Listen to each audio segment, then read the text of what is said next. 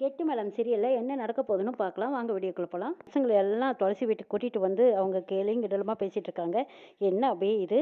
பொண்ணு கொடுத்து பொண்ணு எடுத்தேன்னு சொன்னேன். இவ்வளவுதானா? இவங்க என்ன இவ்வளவு சிம்பிளா இருக்காங்க? இதெல்லாம் கூட வாங்கியிருக்கிறதா சொன்னாங்களே, அப்ப இதை விட பெரிய வீடா கட்டிடுவாங்கன்னு கேலியா பேசிட்டு இருக்காங்க. அப்புறம் அம்மா சொல்றாங்க, அட நீ வேற, பூமி பூஜை போட்டாங்க வீடு கட்டுறதுக்குன்னு, ஆனா அந்த இடத்த மறுபடியும் அடமானம் வச்சுட்டாங்க. துளசி பார்த்துட்டு சொல்றாங்க, ஆமாமா, எங்க அப்பா கஷ்டப்பட்டு உழைச்சு சம்பாரிச்ச சொத்து, எங்க குடும்பத்துல ஒருத்தர் கஷ்டப்படுறாங்கன்னா அதை பார்த்துக்கிட்டு எங்க அப்பா சும்மா இருக்க மாட்டாங்க, அதனால அடமானம் வச்சாங்க. இதுல என்னங்க தப்பு இருக்குன்னு கேக்குறாங்க துளசி. அபிராமி சொன்னதுக்கு துளசி சரியான பதிலடி கொடுத்துட்றாங்க.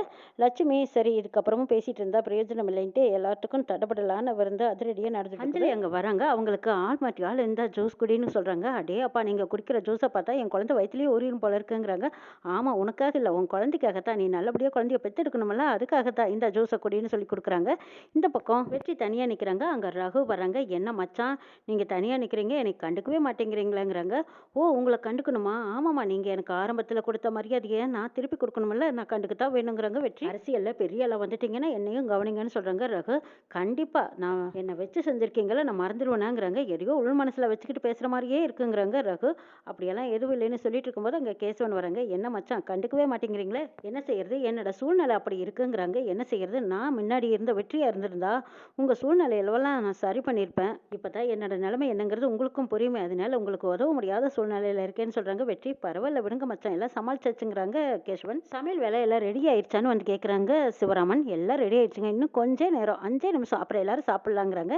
இங்க அபிராமி அம்மாவோட ஃப்ரெண்ட்ஸுங்கெல்லாம், என்ன அபிராமி இவங்க உட்காந்துருக்கவே முடியலையே, காற்றும் பத்தல, ஏசியும் இல்லை, எப்படிதான் இருக்கிறதுங்கிறாங்க. அப்போ லட்சுமி வந்து அபிராமி கிட்ட சொல்றாங்க, அத்தை நீங்க என்னதான் பேசுனீங்கனாலும் அவங்க விருந்து செய்யறதுல ஆர்வமா இருக்காங்கங்கிறாங்க. பண்ணட்டும் பண்ணட்டும், அதுல தானே நம்ம வெடி வச்சிருக்கோம், வரட்டும் பேசிக்கலாங்கிறாங்க அபிராமி. அபிராமி அவங்க ஃப்ரெண்ட்ஸ் கிட்ட சொல்றாங்க, நான் சொன்னதெல்லாம் உங்களுக்கு ஞாபகம் இருக்கும்ல, விருந்து ரெடி ஆனதுக்கு அப்புறம் எப்படி பேசணுமோ அப்படி பேசுங்கிறாங்க. நீ சொன்னது ஞாபகம் இல்லாம இருக்குமா, நாங்க எப்படி அஸ்தப்புறம் பாருன்னு சொல்லிட்டு இருக்காங்க. தீபா அவங்க அம்மாவையும் ஃப்ரெண்ட்ஸுங்களையும் எல்லாத்தையும் சாப்பிட கூப்பிடுறாங்க. இந்த பக்கம் கேசவன், ரகு, வெற்றி இவங்க எல்லாரும் நின்றுட்டு இருக்காங்க. அவங்களையும் சாப்பிட கூப்பிடுறாங்க. எல்லாரும் சேர்ந்து உட்காடுறாங்க. அவங்களுக்கு எல்லாத்துக்கும் தலைபால இலை போட்டு பல வகையான பலகாரங்களோட சைவ விருந்து ரெடி பண்ணியிருக்காங்க லட்சுமி. அபிராமி அம்மா ஃப்ரெண்ட்ஸுங்க எல்லாரும் பார்த்துட்டு, என்னது இதுதான் விருந்தா? ஏ தீபா, உங்க வீட்டில் நீ விருந்து சாப்பிட்டதே இல்லையா? நான்வெஜ் ஐட்டங்கள் எல்லாம் எத்தனை வகையா செஞ்சு அஸ்துவாங்க, என்னடானா கூட்டு, சாம்பார், ரசம் நல்லா வச்சிருக்கீங்க, இதுக்கு பேரா விருந்து அப்படின்னு கேலிங்க நிலமா பேசுறாங்க. என்ன அபிராமி, சம்மந்தி வீட்டு விருந்து செமையா இருக்குன்னு சொன்னேன், ஆனா ஏதோ பத்தியத்துக்கு சாப்பிட்ற மாதிரியெல்லாம் இருக்குது. அபிராமி லட்சுமி அம்மா கிட்ட சொல்றாங்க, என்ன சம்மந்தி, விருந்துன்னு கூப்பிட்டு வச்சு இப்படி அசிங்கப்படுத்திட்டீங்களே, நான்வெஜ் எடுக்கிறக்கெல்லாம் உங்ககிட்ட காசு இல்லையா? என்கிட்ட கேட்டிருந்தா காசு கூட நான் கொடுத்துருப்பேனேங்கிறாங்க. என்னம்மா ஏமா இப்படி எல்லாம் பேசிட்டு இருக்கேன்னு வெற்றி கேட்குறாங்க. டே, நீ இந்த வீட்டில் சாப்பிட்டு சாப்பிட்டு உனக்கு நாக்கு செத்து போச்சு, கழுத்துல தாலி கட்டுறதுக்கு முன்னாடி நம்ம வீட்டுல நீ நான்வெஜ்ஜே இல்லாம சாப்பிடவே மாட்டியாடா, கடைசிக்கு ஆம்லெட்டாவது கேட்ப, ஆனா இங்க வந்து பார்த்தா இலை தலையெல்லாம் கூட சாப்பிடுவே போல இருக்கு. உன்னை நம்பி நாங்க வந்தோம் பாரு, எங்களை சொல்லணும். இந்த பாரு முருகா, இதுல பணம் 10,000 ரூபாய் இருக்கு, செட்டி நாட்டுல நீ ஆர்டர் கொடுத்துட்டு வா, 1/2 மணி நேரத்துல நான்வெஜ் ஐட்டங்கள் எல்லாம் நிறைய வந்துடும், அதுக்கப்புறம் நம்ம எல்லாரும் விருந்து சாப்பிட்டுக்கலாங்கிறாங்க அபிராமி. சமந்தியம்மா, நீங்க செய்யறது சரியில்லை, நைட்டு வேணா நாங்க எல்லாம் ஆர்டர் பண்ணிடுறோம், இப்போதைக்கு சாப்பிட்டுக்கோங்கன்னு சொல்லி கெஞ்சுறாங்க சிவராமன். தீபாவுக்கு கோவம் வந்துடுது. ஏமா இப்படி எல்லாம் பண்றேன்னு கேக்குறாங்க. பின்ன என்னடி, இந்த மாதிரி எல்லாம் தெரிஞ்சிருந்தா நான் வந்திருக்கவே மாட்டேங்கிறாங்க. ஆமாண்டி அபிராமி, உன் பிள்ளைங்களுக்கு எது இருக்கப்பட்ட வீடு எது இல்லாப்பட்ட வீடுன்னு தெரியல போல இருக்கு, அவங்க இஷ்டத்துக்கு வாழ்க்கையை தேடிக்கிட்டு இங்க வந்து விழுந்து கிடக்குறாங்கன்னு சொல்றாங்க அவங்க ஃப்ரெண்டு. அம்மா பேசாம ஒழுங்கா சாப்பிட போறியா இல்லையாங்கிறாங்க தீபா. இங்க பாரு அபிராமி, உன் பொண்ணு முதற்கொண்டு எல்லாரும் கெஞ்சுறாங்க, சரி பேசாம சாப்பிடலாம் அப்படின்னு எல்லாரும் சாப்பிடுறாங்க. சாப்பிட்டு முடிச்சதுக்கு அப்புறமா லட்சுமி அம்மா அபிராமி அம்மா கிட்ட சொல்றாங்க, இன்னைக்கு நல்லா இருக்கு, தாலி பிரிச்சு கோர்த்தலான்னு இருக்காங்கிறாங்க. அடே அப்பா, என்னென்னமா பிளான் பண்ணி வச்சிருக்கீங்க, உங்களுக்கு என்னெல்லாம் தோணுதோ அதெல்லாம் பண்ணுங்கிறாங்க. பாட்டி கேட்குறாங்க, ஏமா இவ்வளோ வருத்தமா சொல்ற, கல்யாணமானவங்களுக்கு முறையாக நடக்கிற சடங்கு தானே, இதுலேயே உன்னை சலிச்சுக்கிறேன்னு கேட்குறாங்க பாட்டி. ஆமாம்மா, இங்கே கல்யாணம் என்ன முறையவா நடந்ததுன்னு கேட்குறாங்க அபிராமி. நீங்கள் கொஞ்சம் பேசாமல் அமைதியாக இருக்கவே மாட்டீங்களான்னு கேட்குறாங்க வெற்றி. ஏண்டா இவங்கெல்லாம் சொல்கிற மாதிரி நீ என்ன துளசி கழுத்தில் முறையவா தாலி கட்டினேன்னு கேட்குறாங்க அபிராமி. ஏமா, அதுதான் தப்பு நடந்து போச்சு, அதையெல்லாம் சரி பண்ணுறதுக்கு தானே இந்த மாதிரி சடங்கெல்லாம் பண்ணிட்டு இருக்கோம், நல்ல கருத்துக்கு வந்திருக்கீங்க, நல்லதையே பேசுங்கன்னு சொல்கிறாங்க பாட்டி. பரவாயில்ல பரவாயில்ல, இந்த குடும்பத்தில் அடுத்தவங்களுக்கு அறிவுரை சொல்கிறதுல மும்மரமாக இருக்கீங்க, போங்க பாராட்டலாங்கிறாங்க அபிராமி. கவிதா தீபா கிட்ட தனியாக சொல்கிறாங்க, இதை பாரு தீபா, உங்கள் அம்மா செய்யறது எதுவுமே சரியில்லை, அவங்க பேசுறதெல்லாம் தப்பு தப்பா இருக்கு. அபிராமி, உன் பையன் எப்படி இந்த குடும்பத்துல வந்து மாட்டிக்கிட்டான், எம்எல்ஏவோட பொண்ணை கல்யாணம் பண்ணியிருந்தா உன் பையனோட வாழ்க்கை எவ்வளவு நல்லா இருந்திருக்கும், அங்கெல்லாம் விருந்து தடபடலாம் நடந்திருக்குன்னு சொல்றாங்க. ஆமாமா, என்ன செய்யறது, எனக்கு பிறந்த பையனும் பிள்ளையும் தங்கத்தட்டுல வச்சு தாங்கினாலும் இந்த குடிசை தான் வேணும்னு வந்துருச்சு, நான் என்ன செய்யட்டுங்கிறாங்க அபிராமி. தீபா அவங்க பேசுறது எல்லாம் பார்த்துட்டு, அம்மா நீ ஒரு நிமிஷம் இப்படி வா அப்படின்னு சொல்லி தனியா கூட்டிட்டு போய், ஏமா இப்படி எல்லாரும் மனசு நோகிற மாதிரி பேசிட்டு இருக்க, உனக்கு யார் இங்க வர சொன்னான்னு கேட்கறாங்க.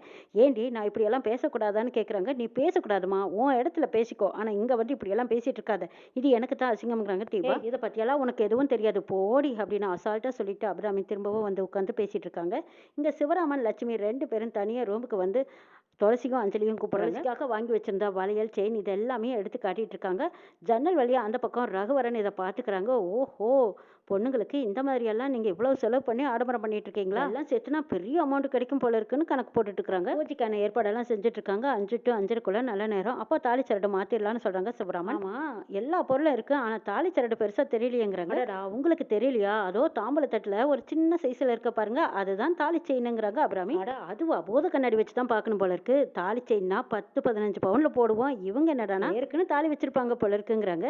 அப்போ அபிராமி லட்சுமியை கூப்பிட்டு அந்த செயின் யாரு கண்ணுக்கும் தெரியலைங்கிறாங்க, எடுத்து சபையில எல்லாத்துக்கும் காட்டுங்கன்னு அபிராமி சொல்லவும் லட்சுமி அம்மாவும் அந்த செயின் எடுத்து எல்லாரும் முன்னாடியும் காட்டுறாங்க. அம்மா என்ன நினைச்சிட்டு இருக்கீங்க, ஏமா இப்படி எல்லாம் நடந்துட்டு இருக்கீங்கன்னு வெற்றி கேட்கவும் தீபா சொல்றாங்க, ஆமாடா நீயாவது கேளு, நான் பேசினா அம்மா என்ன அடிக்கிட்டு வந்துட்டாங்க, அம்மா சபையில பேசுறது கொஞ்சம் கூட நாகரிகமாவே இல்லைங்கிறாங்க தீபா. தீபா போதும் நிறுத்து, நீ பேசாம அமைதியாரு. ஏமா லட்சுமி அந்த செயினை எல்லாத்துக்கிட்டையும் கொடுங்க, நாங்க எல்லாரும் வாங்கி பாக்குறோங்கிறாங்க. அம்மா கொஞ்சம் அமைதியாவே இருக்க மாட்டியா, ஏமா இப்படி எல்லாம் பண்றேன்னு வெற்றி கேட்கறாங்க.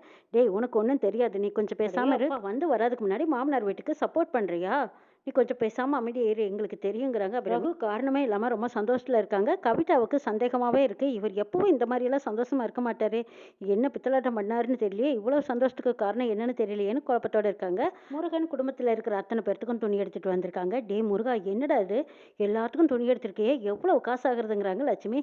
அதெல்லாம் விடு, தங்கச்சிக்கு செய்யாம வேற யாருக்கு செய்ய போறேங்கிறாங்க முருகன். அதை பார்த்து லட்சுமி அம்மா ரொம்ப சந்தோஷப்படுறாங்க. சரி அதெல்லாம் இருக்கட்டும், அந்த செயின் எடுங்க, ஆசாரிய வர சொல்லியிருக்கேன், செக் பண்ணி பார்க்கணுங்கிறாங்க அபிராமி. இதை கேட்டதும் துளசிக்கு சரியான கோவம் வருது. என்னத்தை பண்ணிட்டு இருக்கீங்க, ஏன் இப்படி எல்லாம் நடந்துக்கிறீங்கன்னு கேட்குறாங்க. உங்க பிள்ளை செஞ்ச தப்புக்கு இது எல்லாம் நாங்க பொறுத்துக்கிட்டு இந்த அளவுக்கு செய்யறோம்னா இதுவே பாராட்ட வேண்டிய விஷயம். இதா பார் துளசி, எங்களை வேணா ஏமாத்தலாம், ஆனா உன்னை ஏமாத்திட்டா என்ன செய்யறது, அதுக்காக தான் நான் எச்சரிக்கையா ஆசாரியாரை வர சொல்லியிருக்கேன், அவர் பார்த்து சொல்லட்டுங்கிறாங்க. ஆசாரியார் வந்து செயினை பார்த்துட்டு கவரிங் செயின் சொல்லிடுறாங்க. இதை கேட்டதும் குடும்பமே அதிர்ச்சி அடையுது.